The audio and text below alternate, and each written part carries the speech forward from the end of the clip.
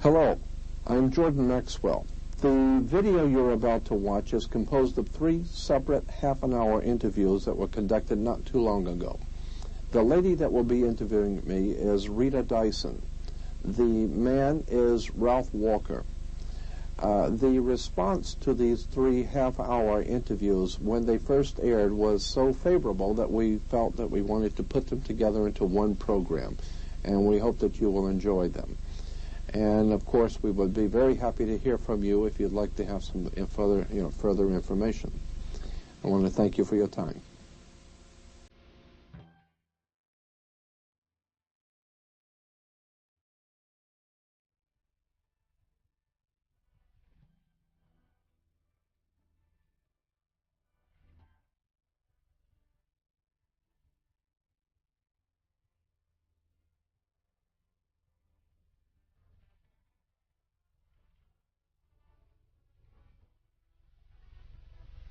Of all the tyrannies that affect mankind, tyranny in religion is the worst. Every other species of tyranny is limited to the world we live in.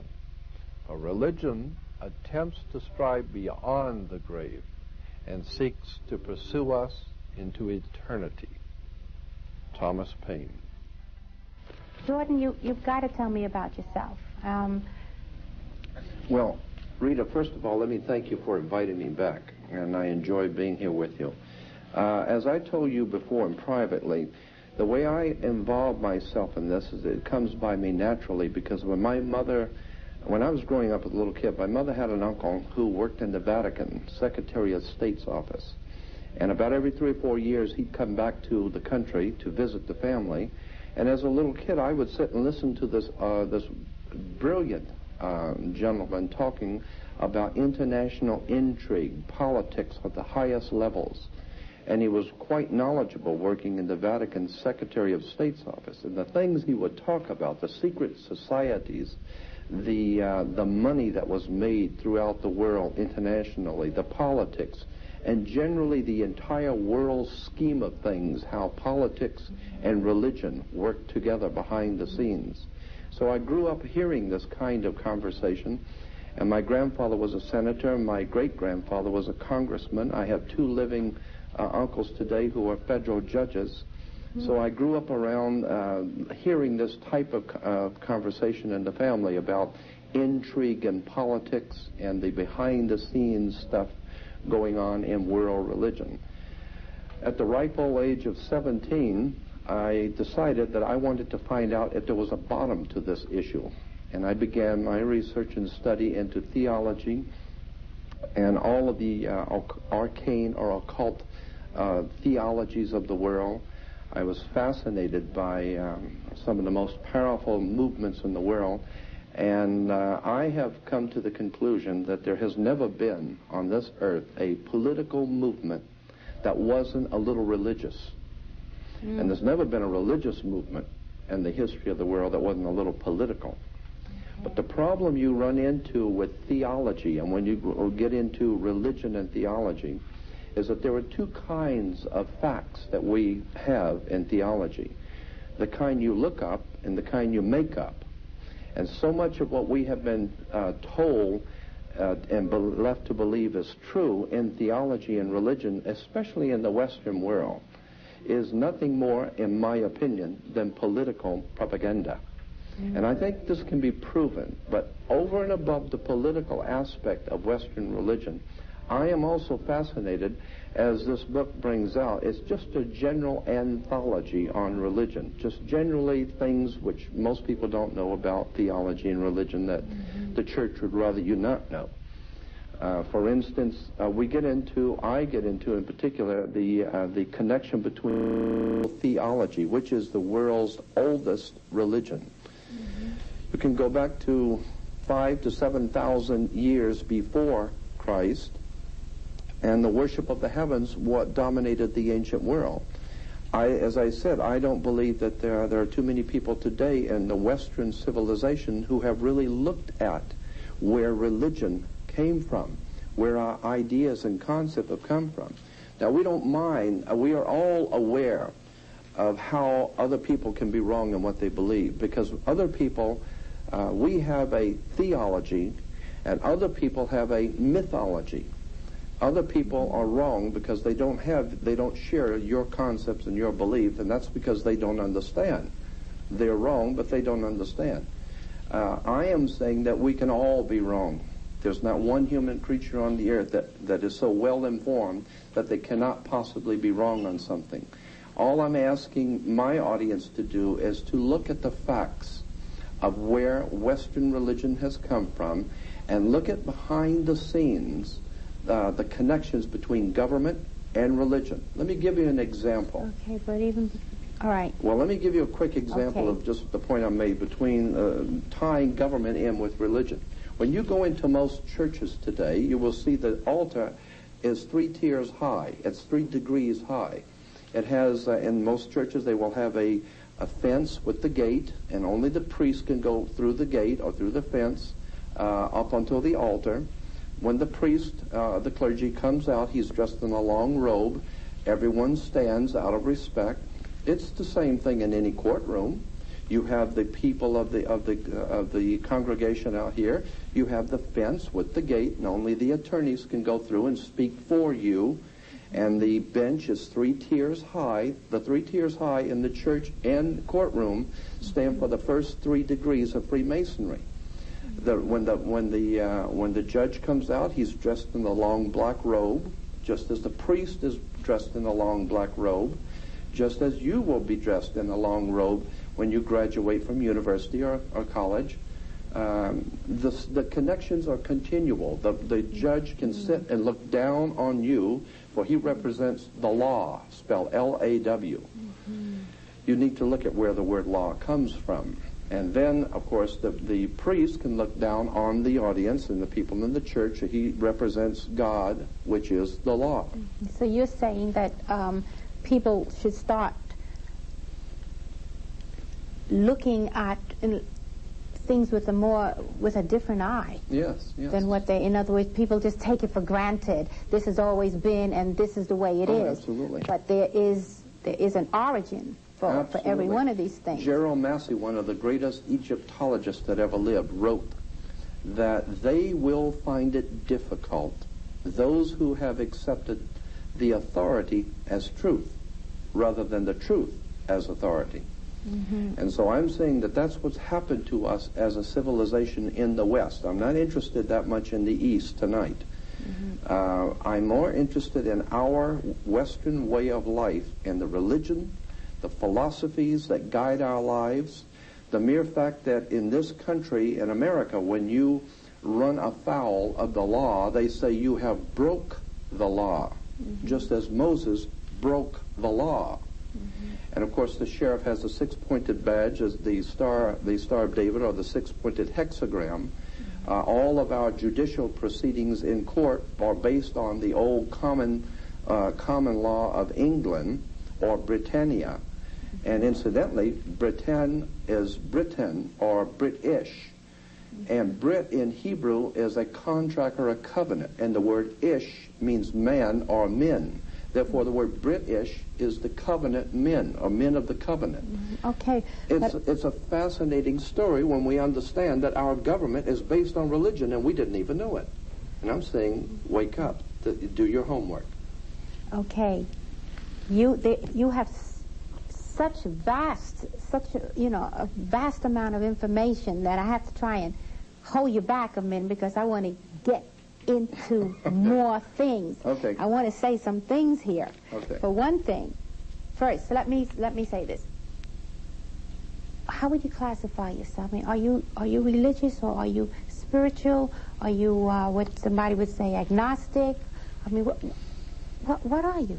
I'm a common man, an ordinary man, in the pursuit of an extraordinary subject. I consider myself to be one who appreciates and will fight for truth. You are a truth seeker. I think that's probably the best way to term it. I am an extremely spiritual person in that I hold very, very high spiritual morals, ethics. I believe in a very powerful spiritual force that dominates and overshadows the world. Christians call it God. Others may call it something else, but I have a very high respect for spirituality. I have no time for religion as such. Anything that is organized by man, quite certainly, is not touching God. I think that we have a direct connection with our Creator, with that great spiritual God force in the universe. We don't need another man to intervene for us. Okay, so then would you say that, let's say somebody might say, well, how dare you question the Bible? I mean, how dare you write a book like this? You must be a demon or something. Mm-hmm. How would you answer that? I would say the same thing has been said of Solomon Rushdie. How dare you question the Quran? How dare you question the Karl Marx in the Communist Manifesto, or Mao and the Little Red Book of Mao? How dare you question authority? I'm saying that the man that we read about in the New Testament, the one called Jesus, if he taught us nothing, it was to question authority. Because anytime you give away your spirituality and your authority, and you do it yourself, you know, no one comes and puts your hand behind your back and forces you to give up your spirituality and your individual freedom and your right to be a human being and decide for yourself. You do that yourself. And when you do that and you give up your sovereignty to the government, to the church, to a religion, to a book, to a concept, to anything, you are enslaving yourself. All I'm asking the public to do is do a little research. See if what I'm saying is wrong and judge for yourself. Mm-hmm. I'm not advocating. I'm not running for a political position. I'm not trying to start my own church. What I would like to see done as a spiritual revolution in this country where people say, just say no. Just say no to organized religion. Just say no to organized government. Just say no to tyranny. I don't care where it is and what color it is. Bigotry, ignorance, ill-informed stupidity. Just say no. From here on out, the point I'm making is that you need to do your homework. You need to study and find out where things came from. But what happens? What happens when they do find out? What happens to those who their whole life has been the Bible?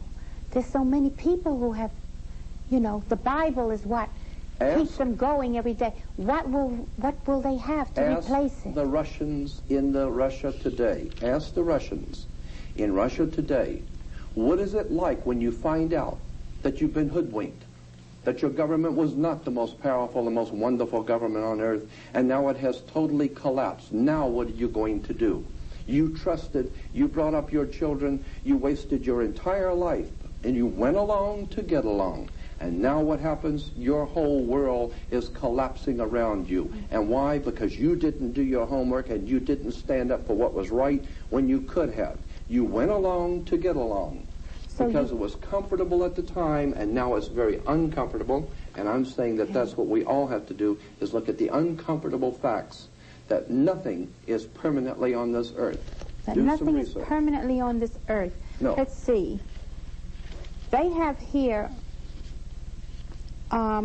Bible models, Bible morality. They have here, who was Jehovah?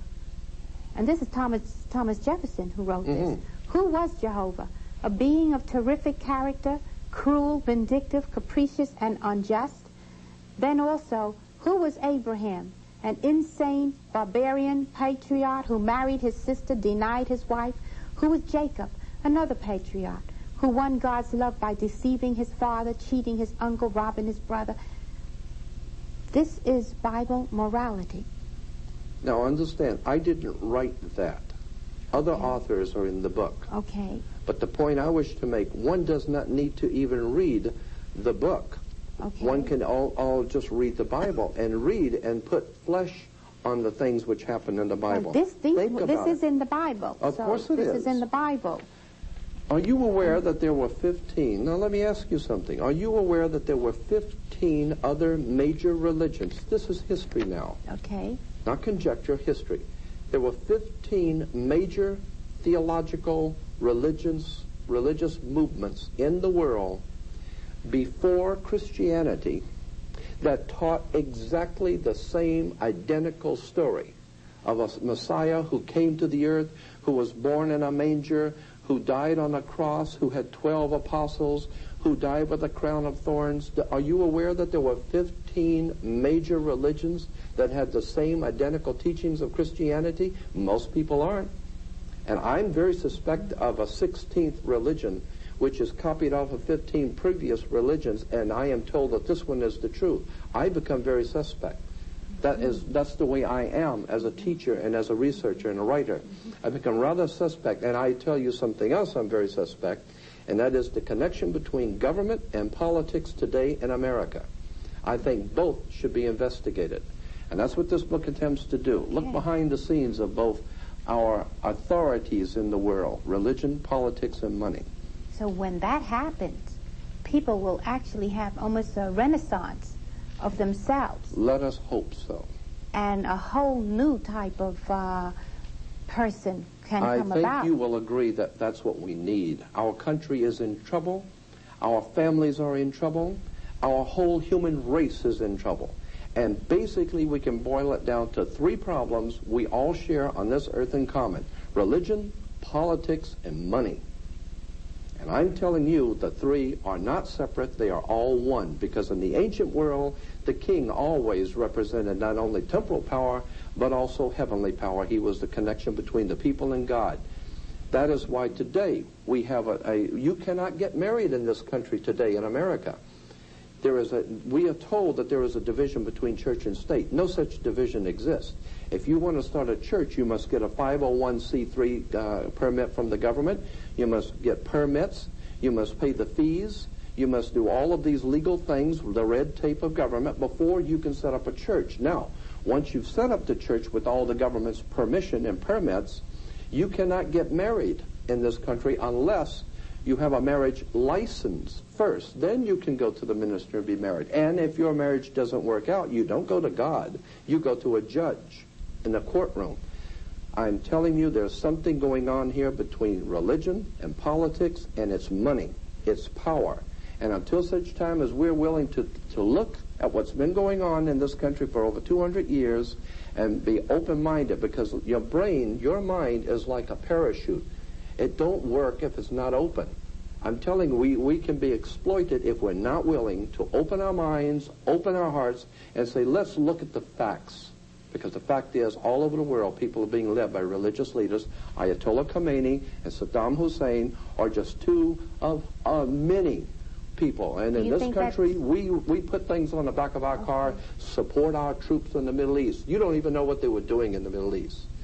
Do you think that has something to do... and politics. Okay, religion and politics. Do you think that has something to do with this, what we call this New World Order, this global unification? That you can bet on. You do? I think that I can make a very good case of that in a court of law if given an opportunity. If you look at the symbols on the back of the $1 bill, the pyramid on the back of the $1 bill, above the pyramid on the back of a $1 bill, look at it. You'll see an annuit coeptus. Annuit coeptus in Latin means our enterprise is now a success, or our project is now a success. Look at the wording on the banner beneath the pyramid, Novus Ordo Seclorum. Novus Ordo Seclorum is new order of the world, the new world order. Mm-hmm. Why is an Egyptian pyramid on an American dollar bill?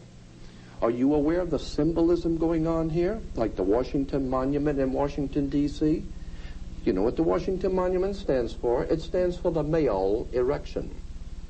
And it connects right down the waters of life to the Oval Office.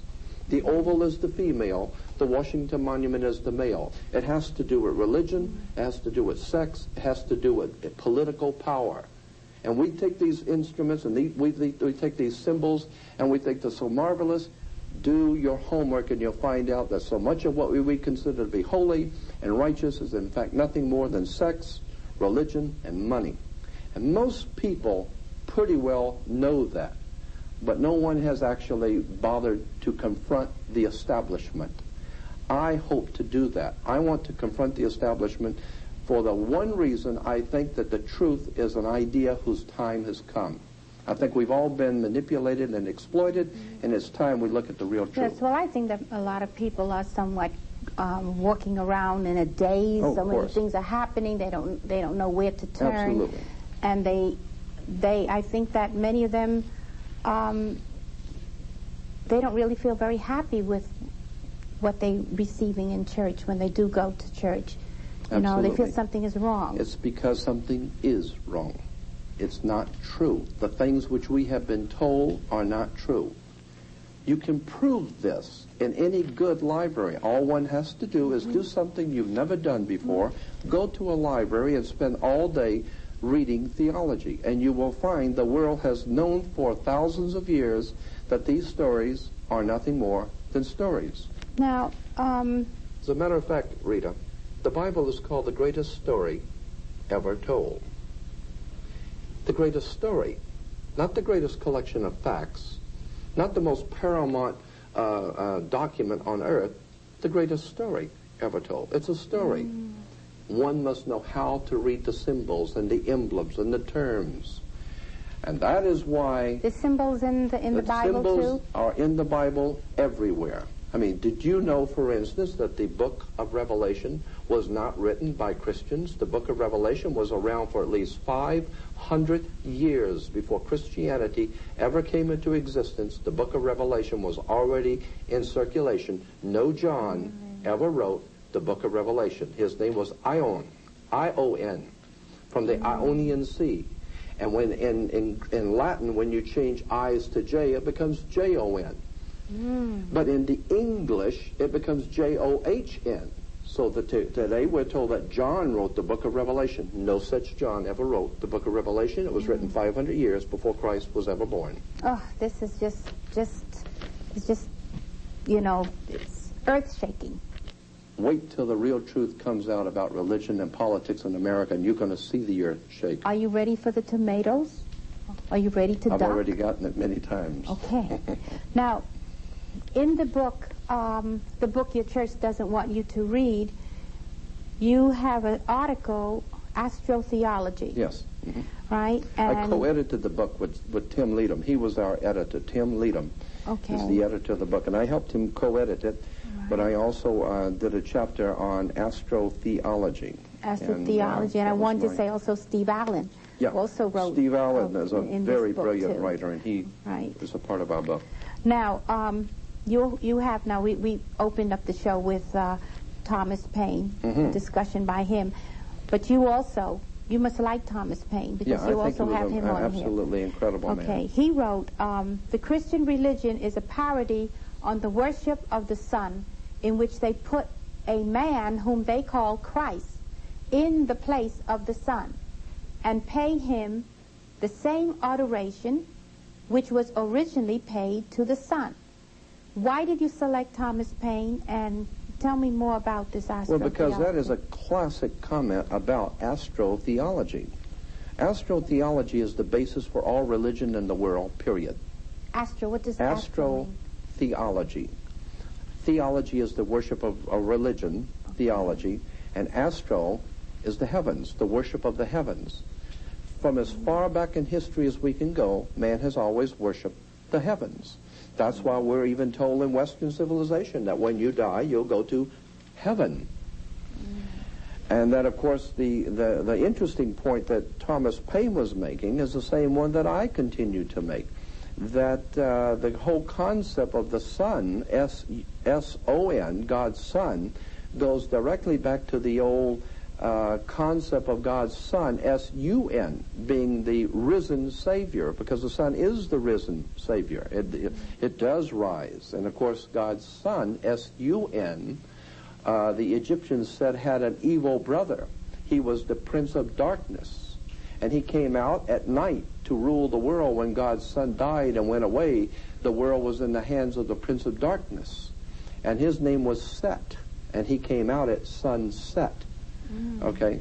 Today, even the Egyptians said that newborn son that came up every morning, his name was Horus. And they would come out in the temples of Karnak and the temple at Thebes and Heliopolis, Egypt, And when the sun would come up in the morning, as they still do in the Islamic faith, they would meet in the morning to greet the coming of the new sun. We do it in Easter. We have Easter sunrise services. Yes. Horizon. Horus Horizon. That's where we get the word horizon. I'm saying that there are 15 major religions in the world before Christianity that have taught the same thing.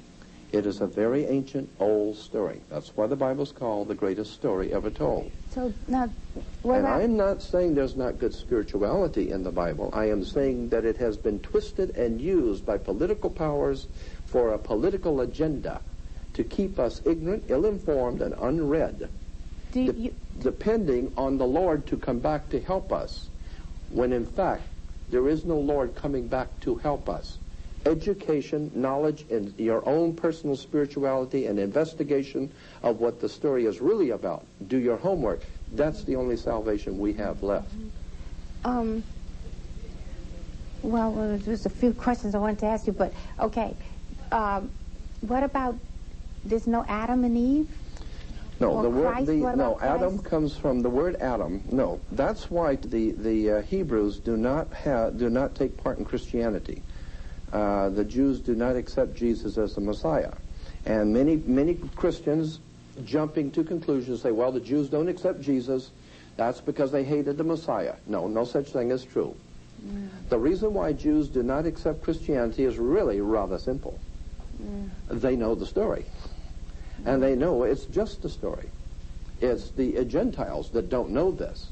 What we need to do is wake up and find out that this is a story. What is the story telling us? Now,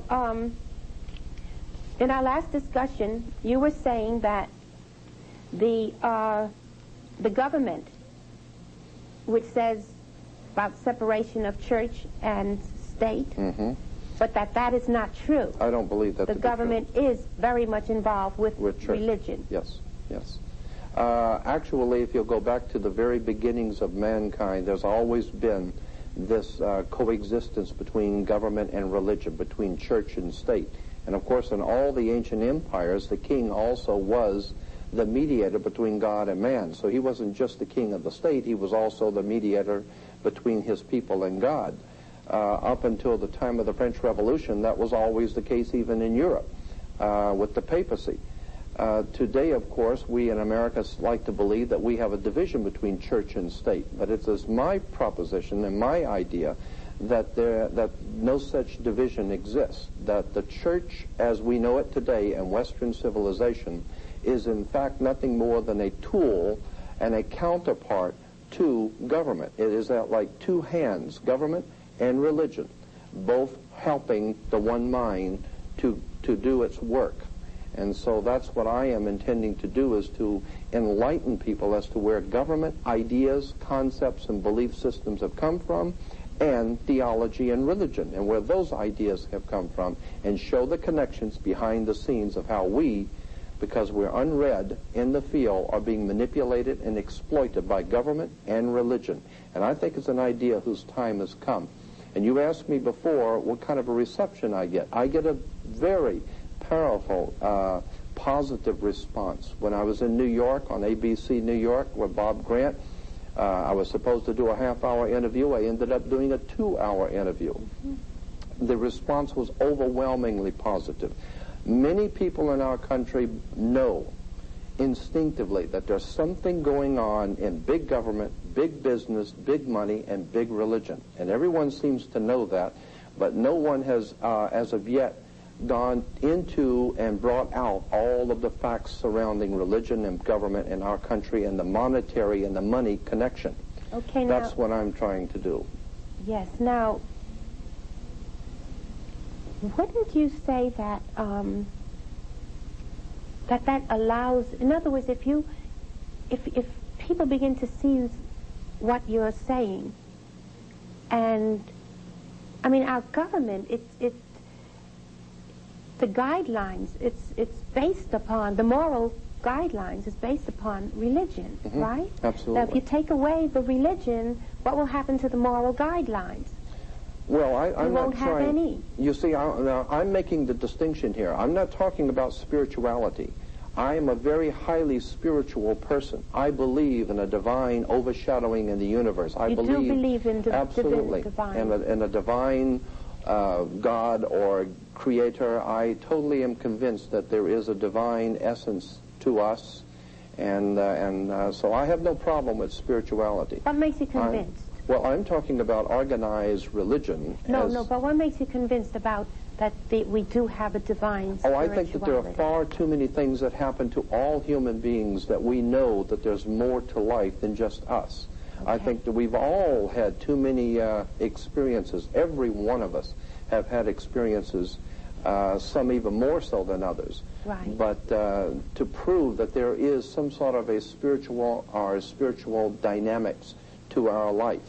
I myself have had many experiences in a spiritual way to convince me that I am not here on this earth by myself, that there are spirits here. I believe in a God or a creator. I have no problem, as I said, with spirituality. I have a very big problem with government, money, and religion. Yes, that's somewhat contaminates the beauty of the divine essence. Absolutely. That is there. No doubt about it. And we have the best politicians and religious leaders that money can buy. And I'm tired of that. So that's can I just ask you something kind of thrown off a little bit?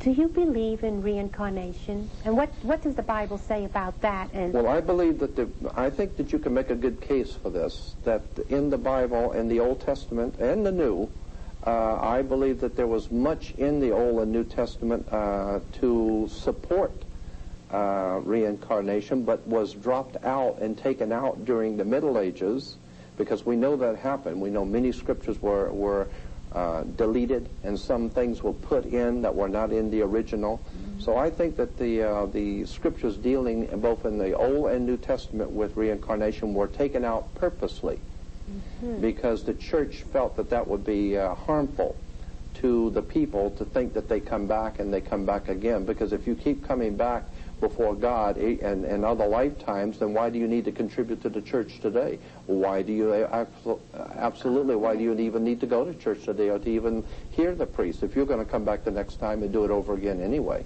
So I think the church said no, none of this. We have to take that out and let everyone believe that they only have one time through, and that's it. So you have to be in subjection to religion. Oh, so that right there shows the government being involved with the.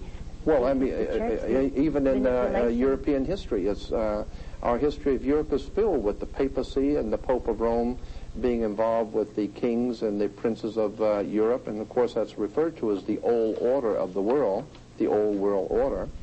And of course in America we have our religio-political foundations, and we call ourselves a new world order.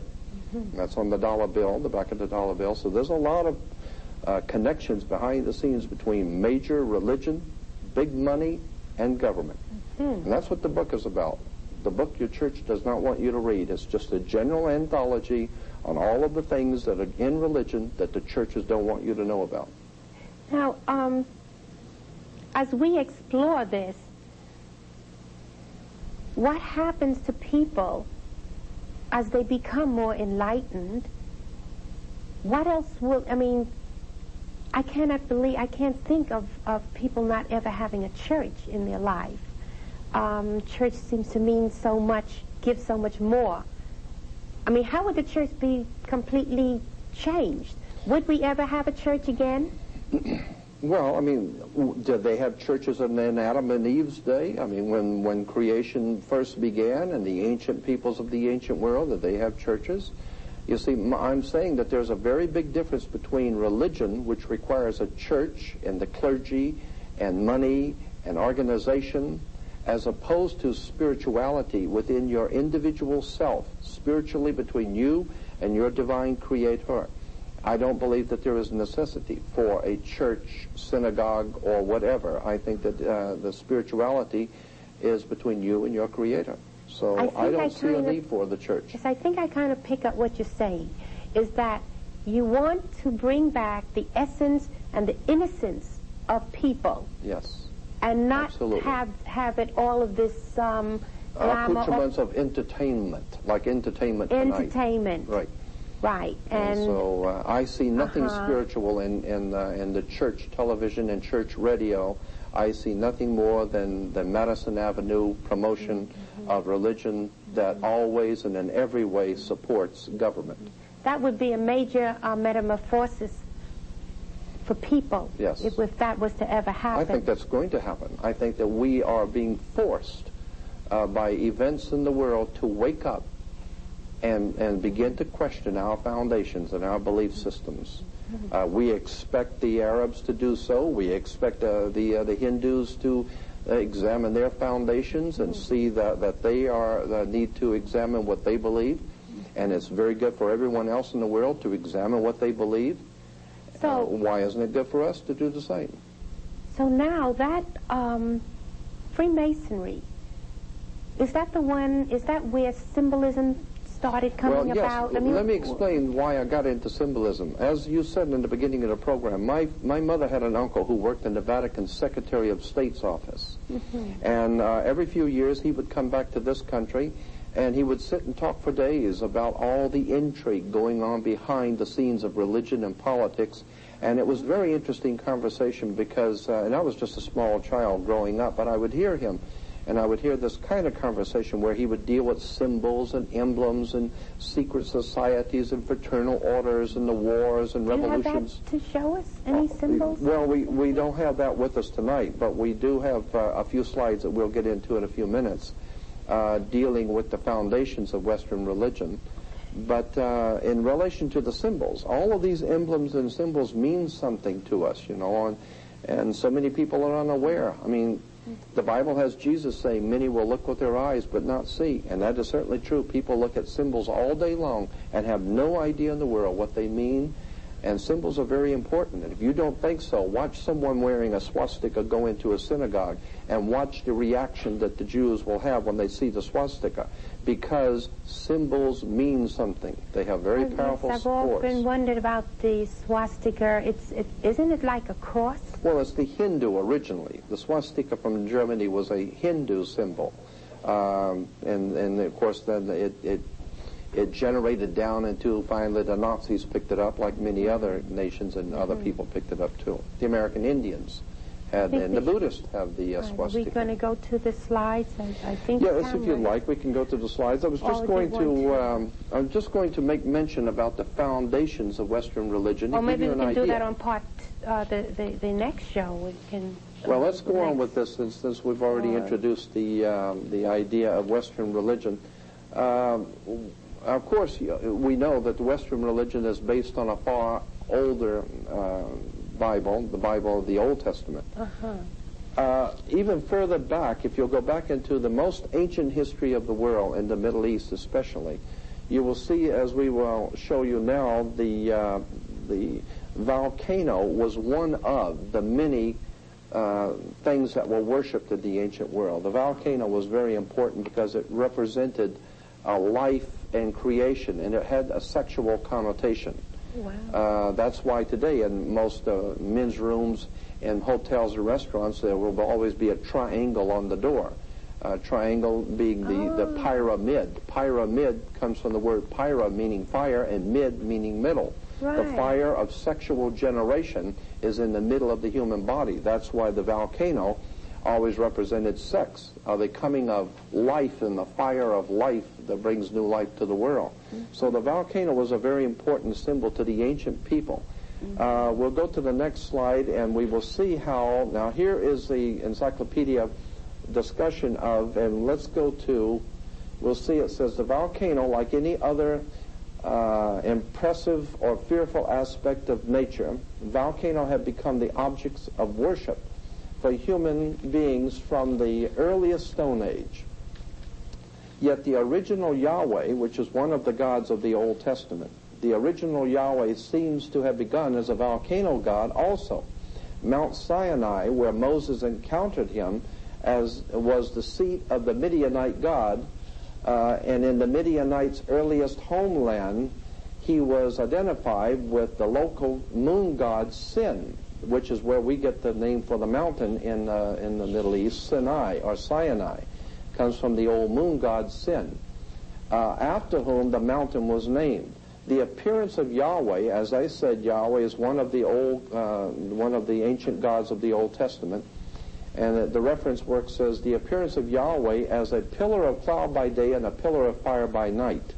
So that's the way the Old Testament God Yahweh appeared, and that was found in Exodus 13:21 and 22. Now the word volcano, and this is important now, the word volcano, and let's go back to it, here it is. The word volcano comes from the Latin volcano god Vulcan, or Vulcanus, derived from the old Cretan deity Vulcanus.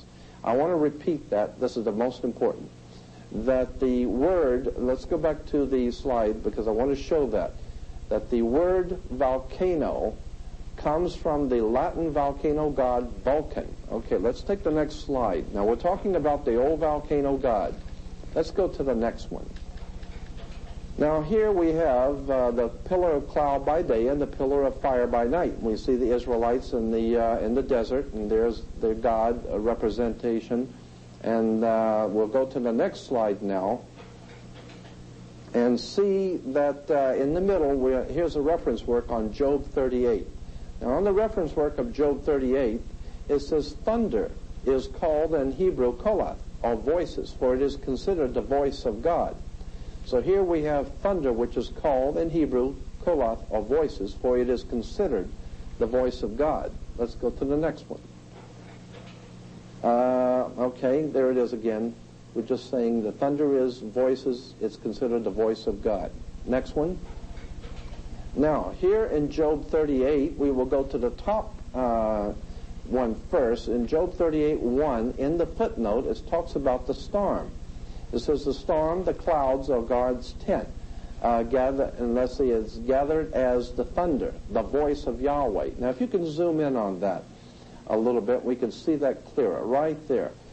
So we see that God's tent are gathered as the thunder, which is the voice of Yahweh, roars. They descend, and God shoots his arrows of his lightning. So we're talking about Yahweh, the God of the Old Testament, with his thunder and his arrows of lightning. And then beneath it we'll see on the bottom, in Hebrew it says, God thunders wonderfully. We can see the bottom line, can we? God thunders wonderfully. Can we see the bottom line? Yes. God thunders wonderfully with his voice. Okay, let's go on. So now we see that thunder and lightning is connected to the old volcano god, the god of the volcano. The next slide. Here we have, and we can zoom in on a little bit on the bottom, we can see that at Mount Sinai, Jehovah performed signs. The mountain trembled and smoked all over. Millions now heard, and proof that what Moses had been made known in God's name was actually the Word of God. Now, if we'll back off, you can see that the Israelites are at Mount Sinai, and if you'll back off, you'll see that that is Mount Sinai is pictured here in the biblical text as a volcano. The next slide. Now here we have Jehovah. Let's go in and get that a little bit closer. So we can see that Jehovah led the sons of Israel to the mountain named Sinai, and there he gave them his law. Now look at the mountain, and you will see the mountain at Sinai, where the Israelites encounter Yahweh, Jehovah, is actually the volcano. Now let's go again to the next one. Okay. Now there we have the in the reference work of the Hebrew holidays, we have Rosh Hashanah and Yom Kippur, and the next slide. The next one we will see is another set of holidays with the Passover. And now on the bottom, we will see that, let's bring it in and a little bit closer on the bottom, and we'll see one of the holidays is the feast of the giving of the law. So here's when Moses was given the law from Mount Sinai. Now let's go to the next slide, and I think we'll have a better picture of that. Okay, we'll back off a little bit. There it is. Now we're seeing that this is the feast of the giving of the law, which coincides with the feast of the first fruits. Let's go to the next picture, which will bring that picture up a little closer, I think. And there we see the volcano again at Mount Sinai. So we're seeing that Yahweh, one of the different gods, one of the many gods of the Old Testament, is pictured here as the volcano god. All right, now we go to part 2, which is the closing part of this section of. Let's go to the next slide. We will see here now the. Let's see. Okay, now you'll see here on the Torah and you'll see the benediction symbol. Now let's go on. Let's go to the next one. This is the rabbinical benediction symbol. That's the blessing symbol that the rabbis bless the congregation. Next one.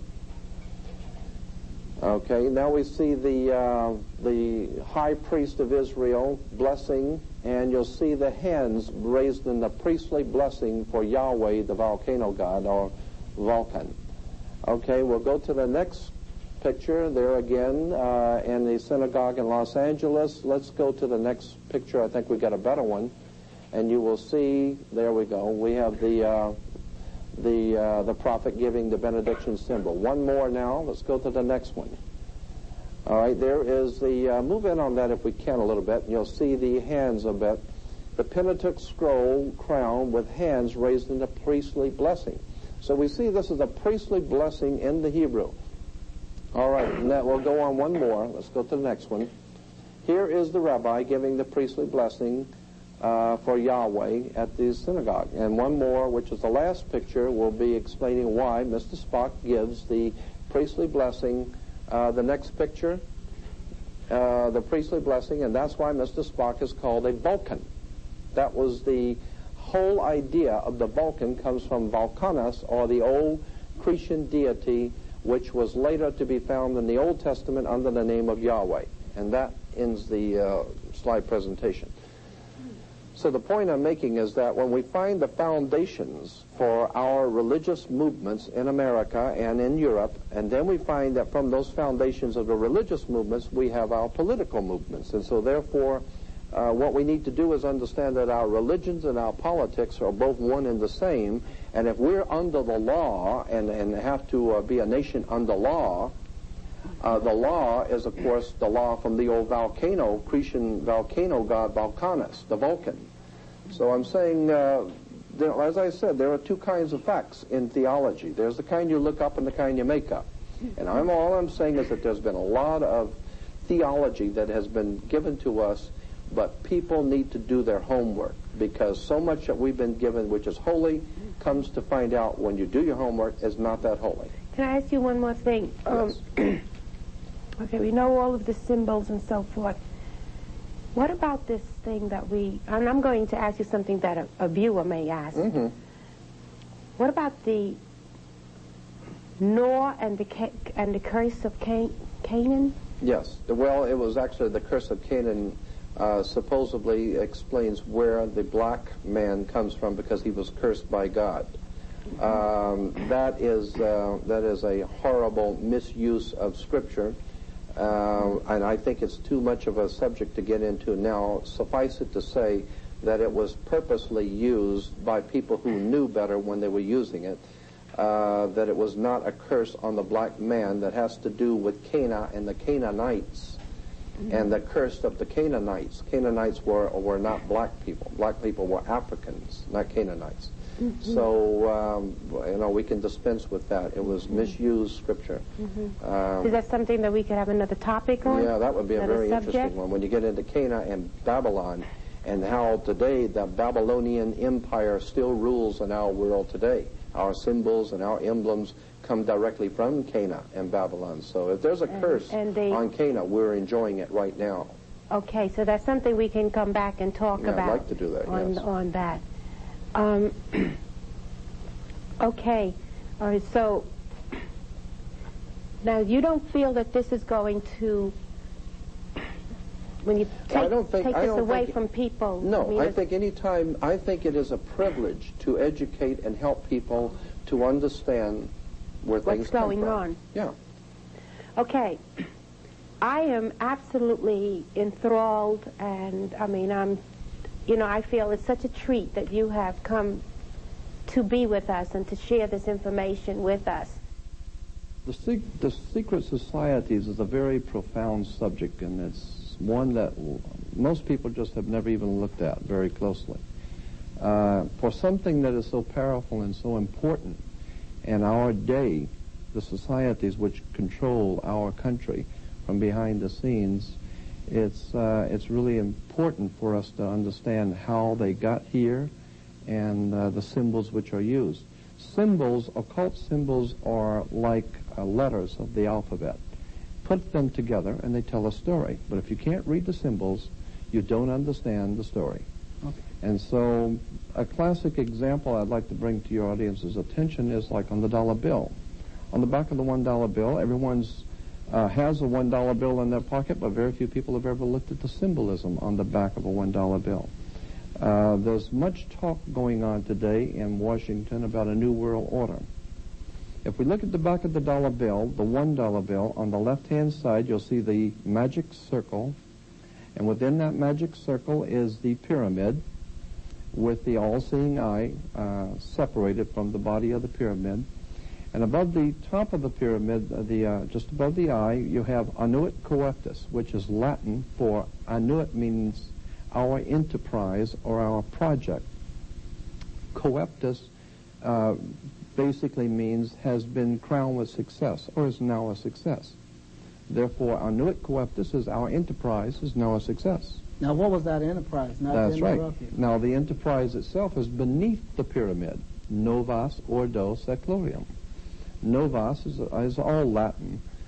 Novas is for new, ordo is order, and seclorium is for the secular. Secular is like your secular job, your secular education, which means worldly, or the secular world. Therefore, novas ordo seclorium is new world order. A term that we hear quite frequently today. Exactly. Now, the interesting thing about this symbol of the new world order, why is it pictured beneath an Egyptian pyramid? Pyramids are in Egypt. Mm-hmm. And so there's a reason why Egypt has played such a very big part in America. America is, to the secret societies of the world, America is referred to as the new Egypt. And therefore our symbols are from Egypt. Like in Washington, D.C., you have the obelisk of the White House. The obelisk is Cleopatra's Needle. Known as Washington Monument. The Washington Monument is nothing more than the Egyptian Cleopatra's Needle. As a matter of fact, if you fly over Washington, D.C. and look down, and you have pictures in libraries of Washington, D.C. from the air, you will see that it is laid out in a tremendous pyramid with the Capitol building in the triangle at the top. There's the long waterway, which is the River Styx, which is out in front of the Cleopatra's Needle. And, of course, at the end is the magic circle, the Masonic circle. So it all has to do with ancient occult secret societies, fraternal orders, and their symbolism. Now, a question that some viewers may be wondering, why the writing, why is it in Latin and not in some African language? Well, why Latin? Because, that's a very good observation, because it is African symbolism, but Latin language, because the, how would you say, the new order was going to be made up of a white society, a white elitist society. And it would be based on the old mysticism and religion and philosophy of Africa, but it would be a new Africa or a new Egypt. So you're saying that new societies go all the way back into the Great Pyramid? Oh, yes, it goes all the way back, right. As a matter of fact, if you remember, the pyramids are made out of bricks. And those who work in the ancient world with bricks were called stone masons. And that's, of course, where we get today, the Masonic societies, or the Masons who work with bricks, so that almost all Freemasons realize that their fraternity of Freemasonry goes all the way back into the ancient world, into the first dynasties of Egypt, and all of their symbolism comes from Egypt.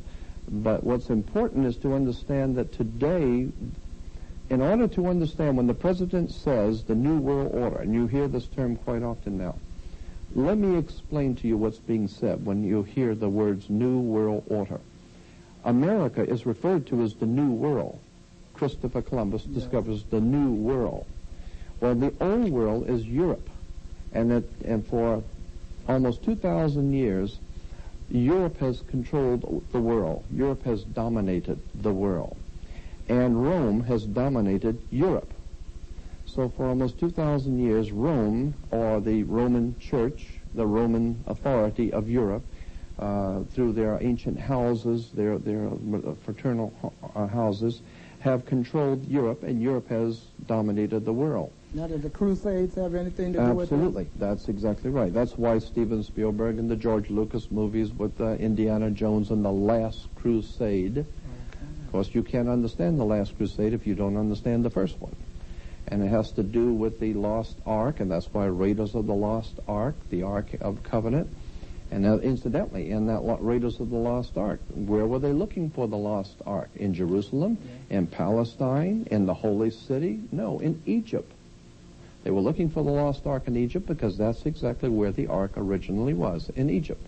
It was an African symbol. It was purely an African symbol, the Ark, and later on it was brought into modern use in the Bible. It was referred to as the Ark of the Covenant, but actually it comes from Egypt. It's a much older symbol. Mm-hmm. But anyway, if you think about the power base in Europe being the old world, Europe being the old world, and those powers that are behind the throne of Europe dominating the world, that was an order, like the Masonic order or an order of priesthood, the orders of, the fraternal orders. Now, as I reflect on history, several United States presidents belonged to the Masonic. Quite a few. As a matter of fact, the founders of the United States, the founders of the country, the signers of the Constitution, were all Freemasons except for the few that were Rosicrucians, and there were a few others that were of other fraternal orders. In that respect, it's interesting to do a little research in your history books on an order called the Pueri di Sion, the Holy House of Sion, S-I-O-N, not Z-I-O-N, Pueri di Sion. It's a very powerful secret society that's even in existence in the south of France today, and that's why, of course, south of France has always been a very mystical place for occult societies. The Cathars, of course, and the Albigensian Crusades. But let me get back to this point about Rome dominating Europe and Europe dominating the world. Rome, the Roman Church today, was the power of Europe, and that was the old world order, the order of the old world. But with the coming of America, we have a new world order.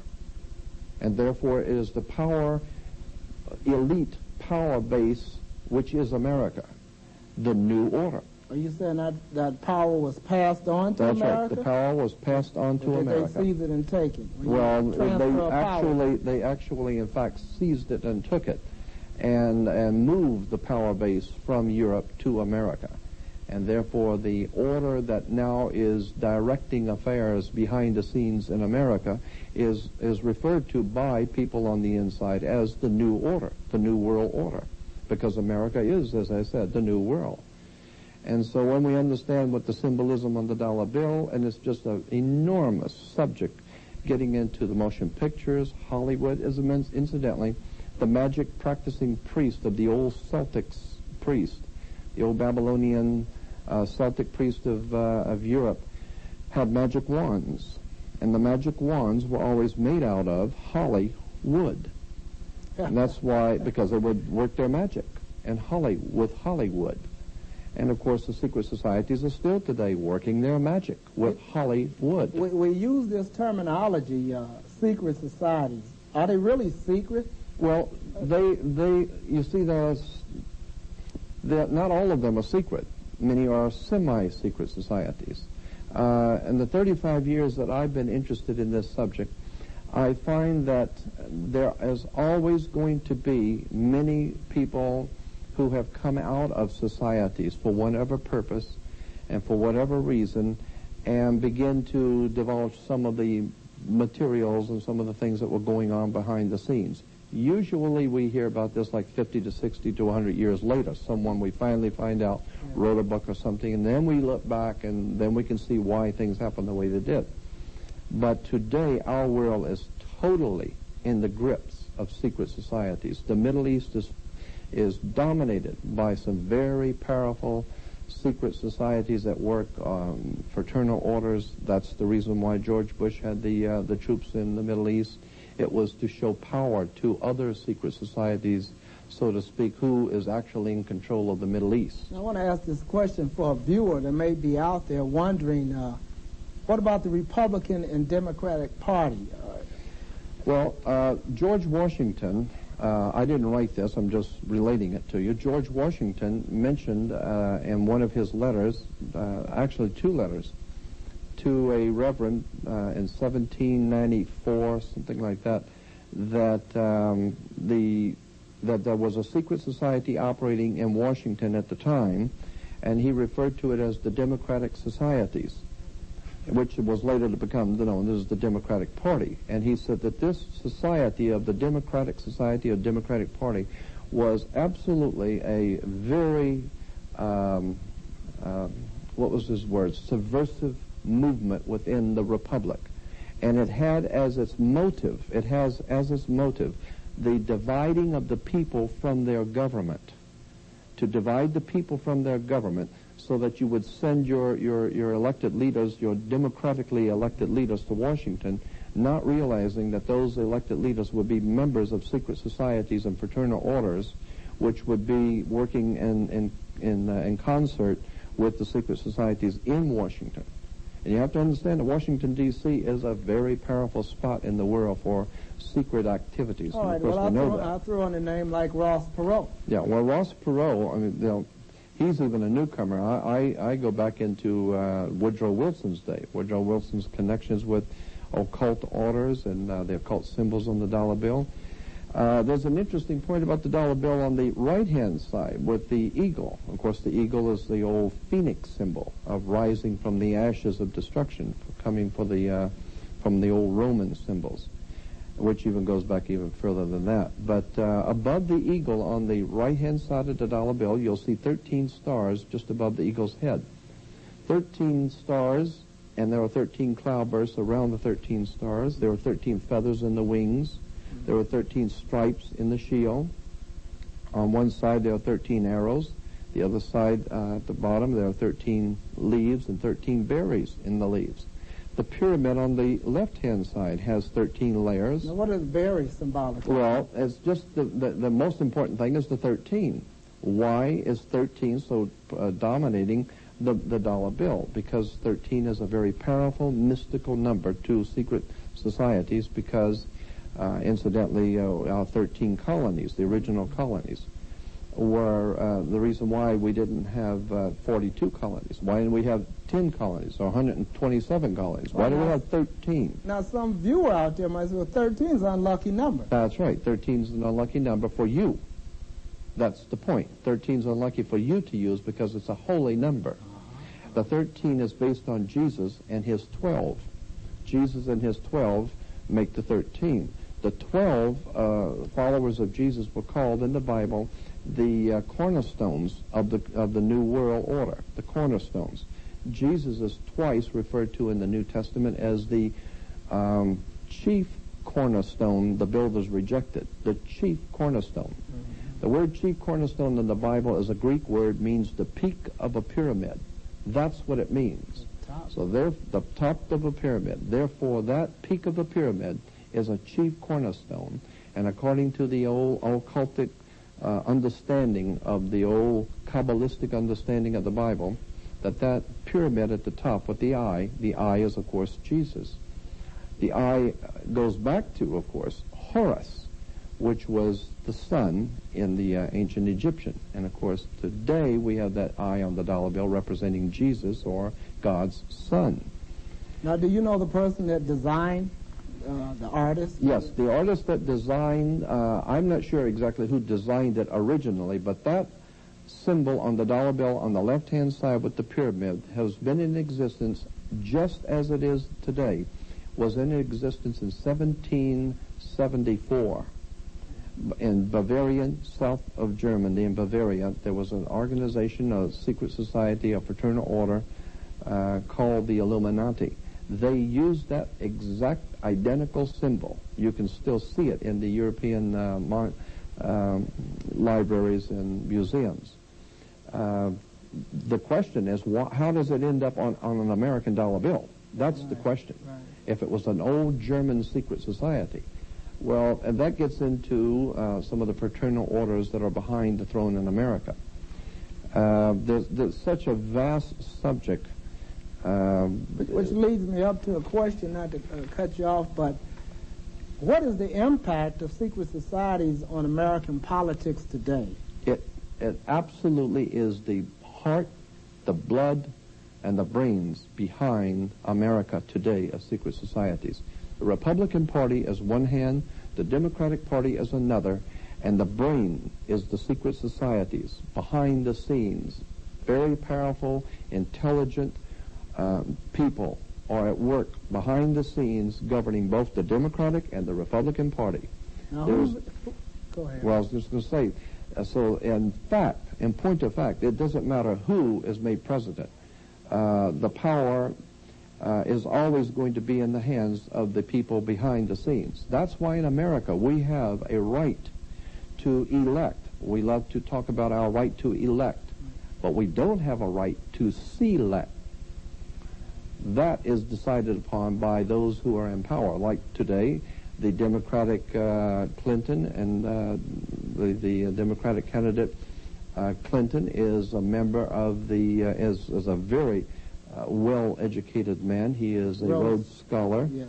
And if you understand what the Rhodes Scholarship comes from Cecil Rhodes of South Africa.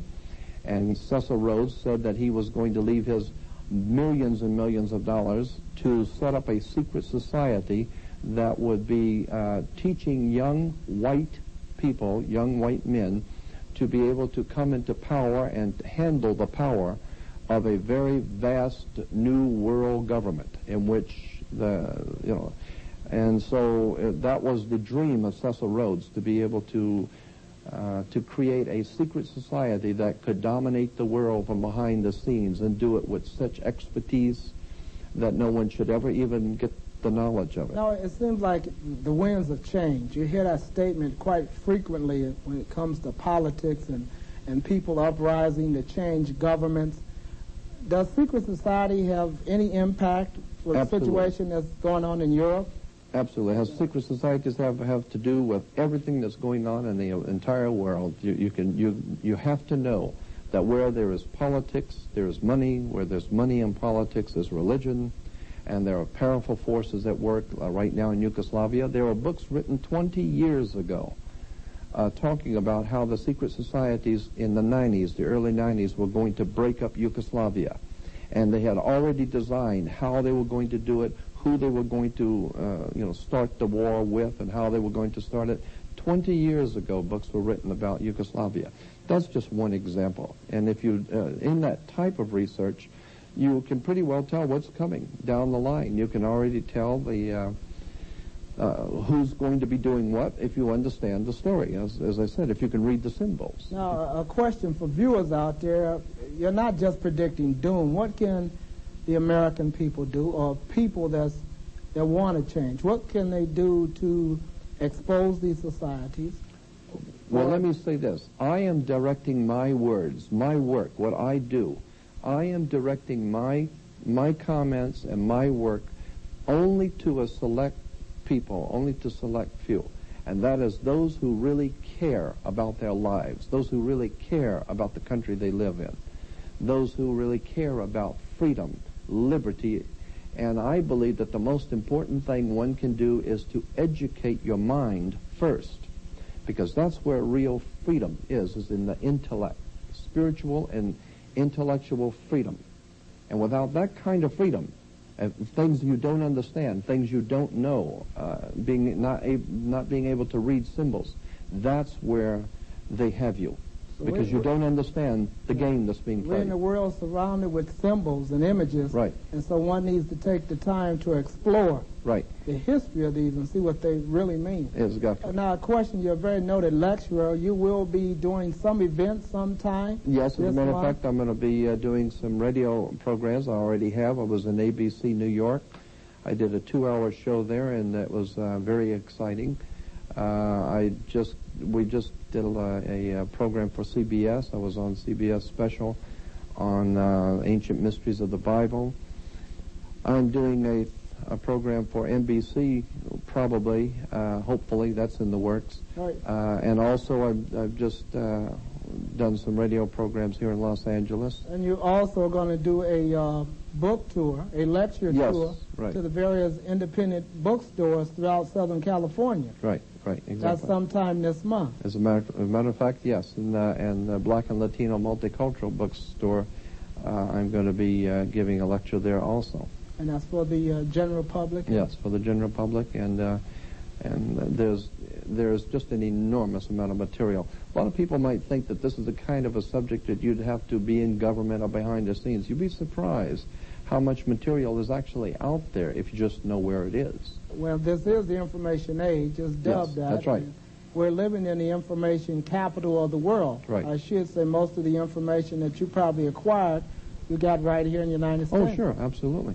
It's interesting, too, that your listeners might be interested to know why our country is ruled from the District of Columbia and why we have Columbia Broadcasting System and Columbia University and the Space Shuttle is Columbia.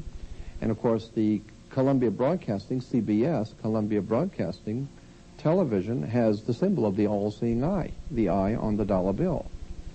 The United States is ruled from the White House, not Black House or Brown House, but from the White House. And England is, of course, ruled from the White Hall, which is like the Masonic Hall, the Lodge Hall, or England's government comes from White Hall. America is from the White House. So they're symbols and emblems, and they mean something. And I might also interject this. This I consider to be very important. When the new King of England is crowned, Prince Charles is made king, listen to the words that the Archbishop of Canterbury will say to the new king in his initiation ceremony. He says that the King of England is taking this position of king for Jesus Christ and ruling for Jesus Christ, ruling for Jehovah on God's throne. And that is why God's kingdom is represented by the United Kingdom. The United Kingdom is God's kingdom. And, of course, Rome has a terrible dispute with that. Rome had a dispute with England being the center for God's kingdom, or the United Kingdom. The Pope felt that he was the vicar of Christ. And that was the basis for 2 world wars that we got involved in, as to who and what secret society was going to be dominating the world. The old world of Rome, or the new world of Anglo-American. As you have seen, world politics is actually based on religion.